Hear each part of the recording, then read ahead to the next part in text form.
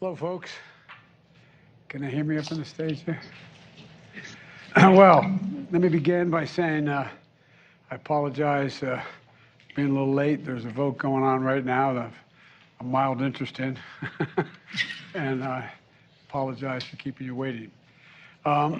First of all, I want to thank the CEOs from some of America's leading companies, from technology to financial services to travel and retail. And we're here, we'll hear directly about the outlook for their businesses and the economy from their perspective, and how we transition from a historic economic recovery to a stable, steady growth and lower inflation without letting go of all the historic gains we made over the last 18 months. But before we get started, I want to say two things about the GDP report we received this morning. First, it's important to start with what we know before this morning's report. Our job market remains historically strong. Our economy created more than 9 million jobs since I came to office, in no small part because of the people on this stage. Our economy created more than 1 million jobs in the second quarter, the same period as today's GDP report covers. And our unemployment rate is 3.6%, near a record historic low. Secondly, households and businesses, the engines of our economy, continue to move forward. Just this past week, SK Group from Korea was here at the White House to announce $22 billion in new investment in semiconductors, advanced batteries, and electric vehicle chargers, and medical devices. That's on top of the $200 billion in clean energy investments in America from other businesses since we took office, all powering the strongest rebound in American manufacturing in 3 decades. Now, there's no doubt we expect growth to be slower than last year and the rapid clip we had. But that's consistent with the transition to a stable, steady growth and lower inflation.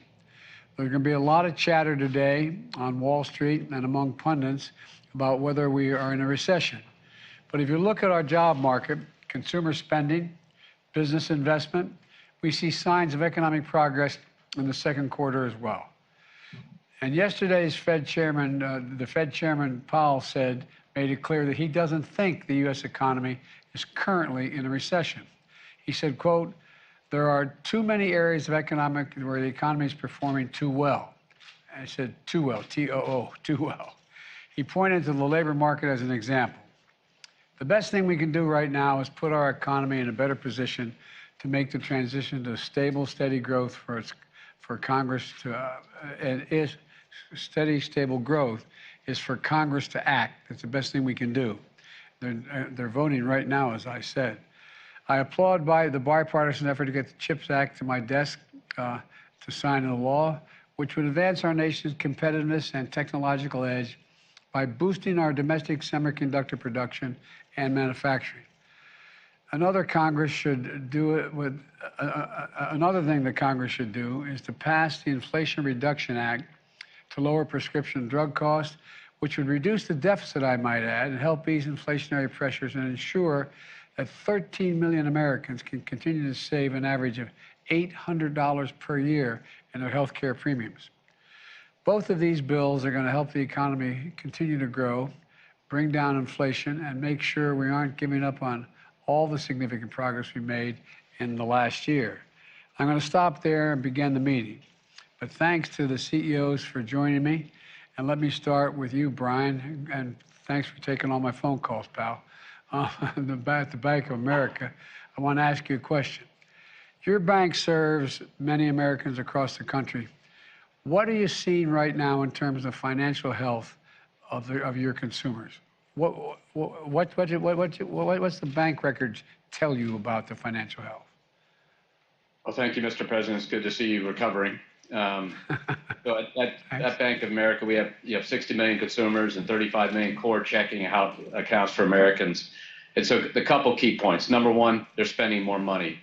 Through the first 25 days of July 2022, they've spent 10% more than they spent in July of 2021, the first 25 days. And that's consistent with what we saw in the whole second quarter and earlier this year.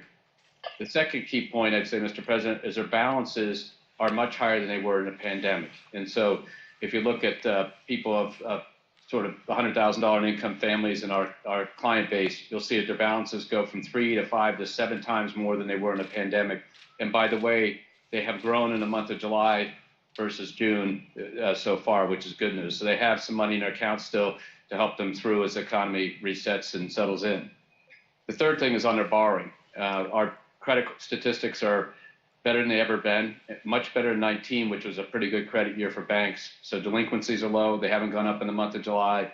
There's lots of credit availability for our customers, and their ability to borrow in the home equity lines or their credit cards.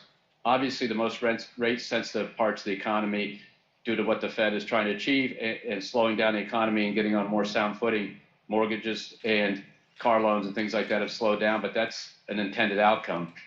And so even in accounts, you can also see that they're receiving paychecks because we can see that, recurring payments, so that's good. So the consumer's on good spending, as the balance is borrowing, and then the question is what they're spending on, and travel and experiences versus goods. They bought everything they could.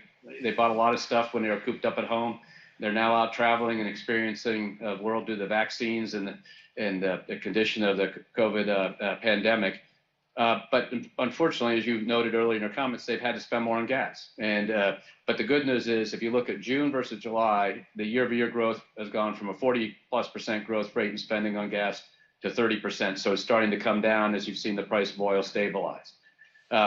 Then the last thing I'd add is just what's on their mind when we talk to them, the same things you read about in the paper. They're worried about inflation because prices go up. They're worried about rent increases because half the consumers in America don't have a mortgage, so they're renting or paying on a monthly basis. And they're worried about, frankly, a lot of our consumers are saving, putting money in the market, and when the market's down. The good news is it seems that we've stabilized on those matters and we'll go forward. So right now they're doing what we want them to do, which is being employed.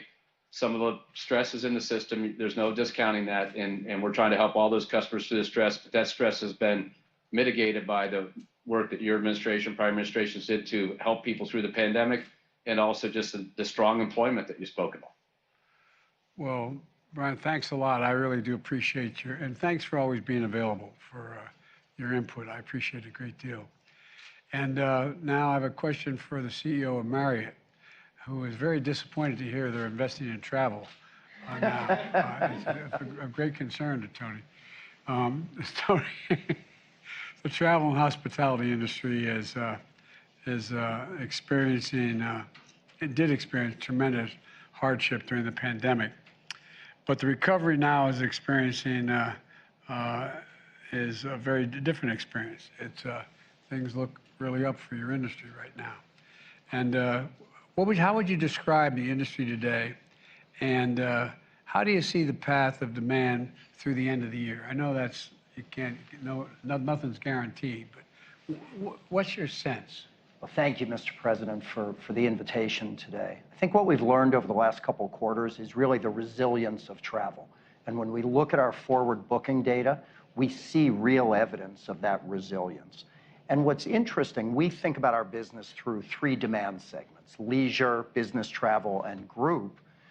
The recovery has clearly been led by leisure. And in fact, last year, leisure demand got back to where we were pre-pandemic. But what's encouraging is we're seeing real recovery in the other 2 segments. Business transient's been a slower recovery, but as we see more and more folks returning to the office, we see continued improvement. And maybe the biggest surprise has been the pace at which group demand has come back. And group, correct. And we fully expected social group to recover quickly with all of the canceled weddings and bar mitzvahs and family reunions. But now we're seeing strong and consistent recovery in business group travel as well. So quite encouraging.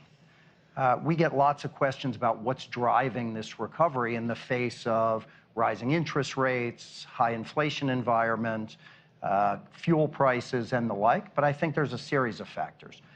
You and Brian both touched on one, which is the elevated savings rates we see across the country. There continues to be deep pent-up demand as a result of the pandemic. I think there's a bit of a psychographic shift away from consumption of hard goods towards investment in experiences, which is helping our business a great deal. And then when we look on a global basis, the continued opening of borders, the easing of restrictions that restricted travel, is having a massive impact on our global business. And maybe I'll just close by thanking your administration, and in particular, Secretary Raimondo, for your work to eliminate the inbound international testing requirement. We think that's going to be very impactful on the travel and tourism sector. And in fact, the U.S. Travel Association just came out and said they expect the direct impact of that change to be an incremental more than 5 million visitors to the U.S. in the balance of this year, spending more than $9 billion. Well, I mean, that sounds pretty encouraging overall, not just for this summer, but looking forward. One of the things I want to ask you about is that obviously the pandemic had a profound negative impact. But right now, as I look out there, and I've traveled around the world a lot of late, going to various conferences, there seems to be a willingness or an inclination for business to travel more. Instead of everybody sitting and Zooming everything, it seems to me in-person movement of personnel in businesses around the country, and I see it more around the world, quite frankly, seems to be on the up. Is that accurate, or is that just a perception? President, and in fact, we see two principal drivers. I think number one, businesses that are customer-facing, consulting firms, law firms, accounting firms, they will tell you that the best way for them to optimize their business is to be in person, embedded in their customers' offices every day. And I think the last few years have reminded us of the power of in-person interaction. The other thing we see is rapidly growing demand for training. Many employers across this country rely heavily on the strength of their corporate culture. And as they're hiring thousands of new employees, it's really hard to immerse those employees in a culture via Teams or Zoom. And so the demand we see rising for in-person training has been quite significant. Well, I don't want to get off on this. Corning would know something about this, but there's so many new jobs on the horizon in the tech-related field that the need to train personnel to be able to handle these jobs is totally within our capacity, but it's needed. It's not like it's on-the-job training for a lot of these things. And so one of the things we're looking at, our economic team, secretary, is how we engage everything from community colleges to other entities to train people for the need that exists in that community, And so it's totally consistent with what you're saying, because there's going to be and we're talking about potentially a lot of jobs. I mean, we're talking about thousands of jobs. But again, a lot of it requires some, training. It's not all on-the-job training. Well, thank you very much for talking to me about that, Tony. And now what I'd like to do is there's an outfit called Corning, right, Wendell? And you're the CEO of a great company. And look, we've seen an inflection point in U.S. manufacturing over the last year. And by that I mean, I can recall in the last administration, I'm not criticizing the last administration, the previous 4 years, and even at the end of our administration, Obama-Biden, the question was, are we still going to be the manufacturing hub of the world? Are we still, are we in manufacturing, where are we going to sit? We're going to do all these other things, but what about manufacturing? And so you've seen in that inflection point manufacturing in the U.S. Can you describe for me what you're seeing at Corning? What's your outlook on the manufacturing sector? Talk to me a little bit about that, if you could. Sure, Mr. President. First of all, you're right. The last 18 months has been tremendous growth for U.S. manufacturing. And we've seen that in our results. And that continues. But there's some subtle things going on as well. We just did our Q2 earnings, so the numbers are fresh in my mind. We're still having good, strong year-over-year growth. Sales up about 7%, earnings up about 8%. And so the growth rate continues at a little bit lower rate than it's been the last 18 months, though. But that good top line, there's a lot going on underneath the surface. So what's driving us is very strong demand for optical communications. Think optical fiber for technologies like 5G, broadband access, cloud computing. Very strong demand for fiber optics. And then also very strong demand for our solar materials going into renewable energy. So very strong on the infrastructure side. But if we look at the consumer side, much like Brian commented on, we're seeing a slowdown in consumer. So let me give you a few examples. We have customers who make liquid crystal displays, so think about televisions, notebooks. At this point in time, our customers are running their capacity at the lowest levels they have since the financial crisis. So panel maker utilization is down tremendously. Now, a big part of that is that build of inventory in anticipation of demand, right? But also the demand signal is not strong from the retail side for that good. So that's very low levels. Think smartphones. Smartphones in Q2 were down about 11% year over year. So pretty strongly. Auto, been depressed for a long time, mostly on supply chain basis. Demand has been there. But there's interesting signals in global demand. In April, there were 0 cars sold in Shanghai. Zero. 0. COVID lockdowns, but 0 Well, is a really low number, right? COVID lockdown or not. Right? In Europe, in June, we had the lowest number of new car registrations that we've seen since 1996. So we're a global player, so it's the whole global economy, so it's harder for us to, pick on what is in the US, Europe, Asia. But if we were to look at it right now and the trends we see, I'd say the consumer electronics side looks slow. Automotive, not really strong, can't quite sort between supply chain issues or demand.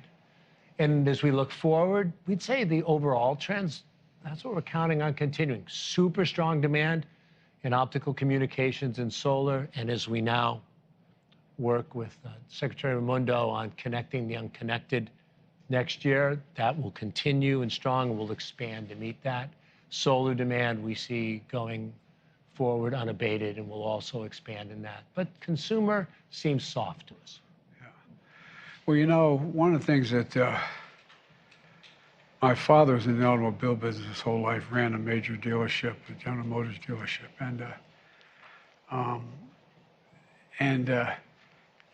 growing up as a kid, you knew whether cars were selling or not, based on tuition and whatever things.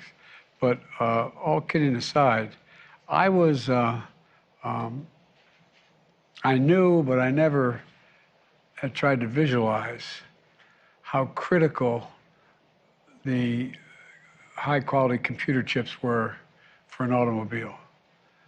And a significant part of the slowdown that occurred when it hit is inflation, the cost of automobiles. People are not buying them, also because they cost so damn much. There's so few of them. They're not manufacturing nearly what they were able to manufacture in the past because of the fact that there's lack of computer chips.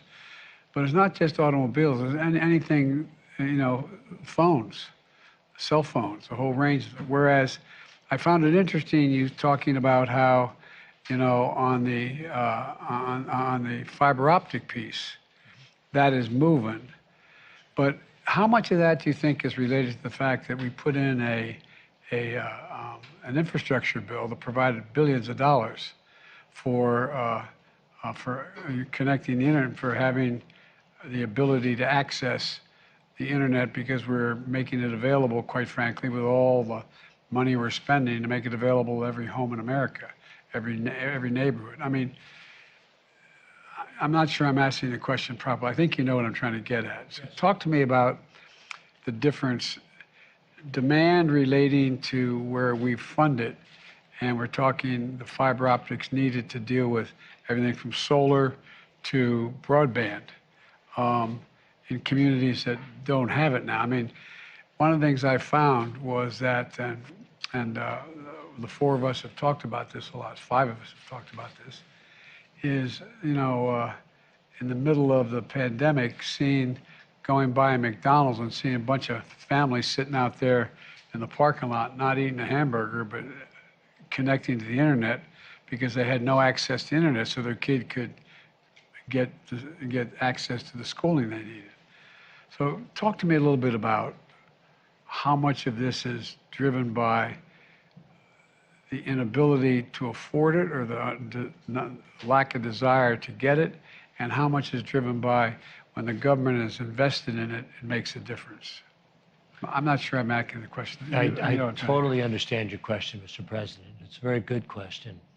So the direct impact of the BEAD program, or the government effort to connect the unconnected, in this year, direct impact is very low. That really starts to come into its power next year.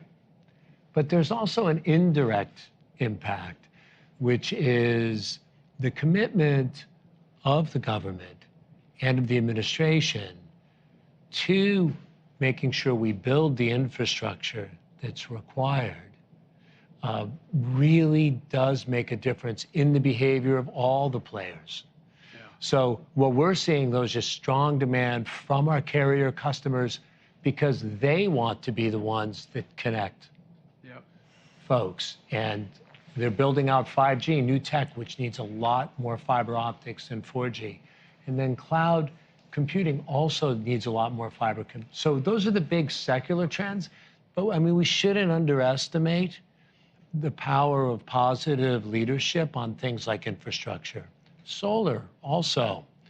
You're in the midst of passing a significant bill as we speak, hopefully, right? But if that goes through, you can expect that to trigger not just the direct government piece, but by providing that leadership, others will come in with much more serious money, right, to be able to magnify it. So it's hard to answer your question. It's a great question, but it's a very subtle effect. Well, I think you've answered it, because one of the things the Secretary has talked about is that when the government's in on something that everyone acknowledges is useful and needed, like, the fiber optic change, then everybody goes, well, maybe you're trying to tell me something, huh? Oh, so far, we've got 217 yes votes for the CHIPS bill, and the House has passed it. Sorry for the interruption. But, Madam Secretary, talk a little bit about what private sector attitudes change, if they do, if the United States or the government is taking a risk and a chance on betting on by putting their dollars where their money where their mouth is in terms of what needs to be done. Yeah. First of all, congratulations. That is huge. I don't want to. Been trying a long time. Yeah, we have been. And the president has been amazing in his leadership on this. So thank you. Thank you. I'm a lawyer. I don't know anything about anything. You know how to lead, and that makes a difference. Well, this is a perfect example, semiconductors. I mean, the private sector is waiting for a signal, and they want predictability. There's nothing that unlocks private capital like predictability. So when the government steps up and says, we're going to invest in infrastructure, solar, chips, it provides predictability and investments, and it will encourage, I think, a lot of private sector capital to follow along. Not to mention the fact that what we're investing in, semiconductors, broadband, roads, bridges, solar, we need this. We need this to compete, as we talk about. So I think it's very significant. I'm taking too much time asking you all these questions, but I have great interest in your. Can I ask Janet, Secretary Yellen, how would you characterize now? And you've been very, very straightforward in your views and everything. How would you characterize the health of the economy now? Well, thank you, Mr. President. I think I would say let's first look back at the trajectory of the economy over the last 18 months. During that period, the United States has experienced an historic economic recovery. There were 9 million jobs created, over 9 million last year, and we saw the fastest single-year decline in unemployment in our historic record. And I think at the core, this rebound has really reflected the administration's policies, especially the rescue plan and the timely fiscal support it provided, along with vaccination efforts that allowed our businesses to reopen and let Americans get back to work. Right now, there are an enormous set of global headwinds, including a war in Europe and successive variants of the pandemic, but our economy remains resilient. So we're clear-eyed about the challenges we face now and in the future, which have especially been driven by global factors like Russia's illegal war in Ukraine, the lingering effects of the pandemic with lockdowns in places like China. Growth is slowing around the world. Inflation remains unacceptably high. And of course, it's your overriding objective, our administration's top priority, to bring it down. As you said, Mr. President, we're at a transitional moment in our economy. We're focusing on moving from a period of rapid recovery that we enjoyed over the last 18 months to now achieving steady, sustainable growth, but without sacrificing the gains we've made. And, you know, economists should look holistically, I think, at data when we evaluate the state of the economy. And we can see, for example, from today's GDP report, that growth in private demand has slowed. That does indicate an economy that is transitioning to more steady and sustainable growth. But job creation is continuing. Household finances, as we've discussed and Brian discussed, household finances remain robust. Consumers are spending. And I believe that in the months to come, with skill and luck, it will be possible to maintain that strength, particularly the strength we enjoy in the labor market, while easing the tightness that has been driving inflation.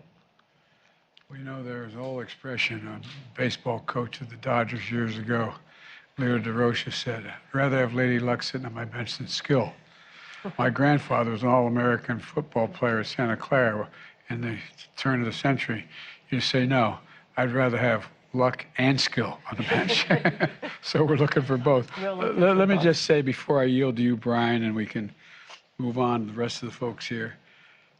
It's interesting and totally understandable why the vast majority of the American people have no idea what the recovery plan did, what the government did at all. I mean, the reason why we still had teachers in school, kids going to school, the reason why we had cops on the beat, the reason why we had essential workers, states couldn't afford it, cities couldn't afford it, towns couldn't afford it, counties couldn't afford it. So we came up with this rescue plan and gave them billions of dollars to keep the economy in their cities and towns and states moving. And one of the things and I fully understand it, like I said, I was raised in one of those households where when the price of a gallon of gasoline went up, it was a topic of discussion around the kitchen table. We weren't poor. We were just typical middle-class family in a 3-bedroom house with 4 kids and a grandpa. But all kidding aside, we lived fine. But it mattered. It mattered whether the price of gasoline went up. One of the things that I find is I look at, and I take it very seriously, the confidence level of the American people in the economy, and they're so down, and they're looking. There's reason to be down, but I started thinking about it, and Brian and you and I talked about it just a little bit. You know, the first year we were able to, with the rescue plan, we were able to send them a check for $8,000. I mean, a check. One, and beyond that, by the way, there's more than that. But with if you're making $120,000 and you get a check for $8,000, that's a lot of money. And so it helped save a lot of people in terms of getting thrown out of their homes and rental housing and a whole range of things. But I started thinking about it, just as somebody who's raised a middle-class kid. One year, even though you didn't have the job you have now, even though you didn't get a raise that year, the difference between having a job, having a 5% raise or whatever, 3, 5, 7, whatever it happens to be, in the face of inflation, price of the pump, although that's down every day so far, but it's like, whoa, I feel worse off. But then again, I didn't get a check for $8,000 from the government. They just, among other things. Does that make any sense to anybody, or is it just me? Well, it really makes a huge difference, Mr. President, because, as you said, it kept food on the table, helped people take care of their kids, especially at a time when many were out of school and it was hard to work. And the spending it generated put people back to work. And, as I mentioned, we've seen the biggest stretch of job creation that got America back to work. And we need to bring down inflation, but we need to preserve the success that plan achieved in the labor market. I know you're all busy as the devil, especially the folks who haven't had a chance to speak yet. I'm sorry I have so many questions, but I have great respect for your collective judgment here. Brian, I'm yielding to you. I'm going to shush up. We're going to transition here and move the press out. But I think on the point that you just made is one of the things that Brian Moynihan said was household balance sheets. Part of the reason why household balance sheets have held up the way that they have, and you mentioned the word resilience too, part of the reason why household balance sheets have held up the way that they have through a lot of uncertainty.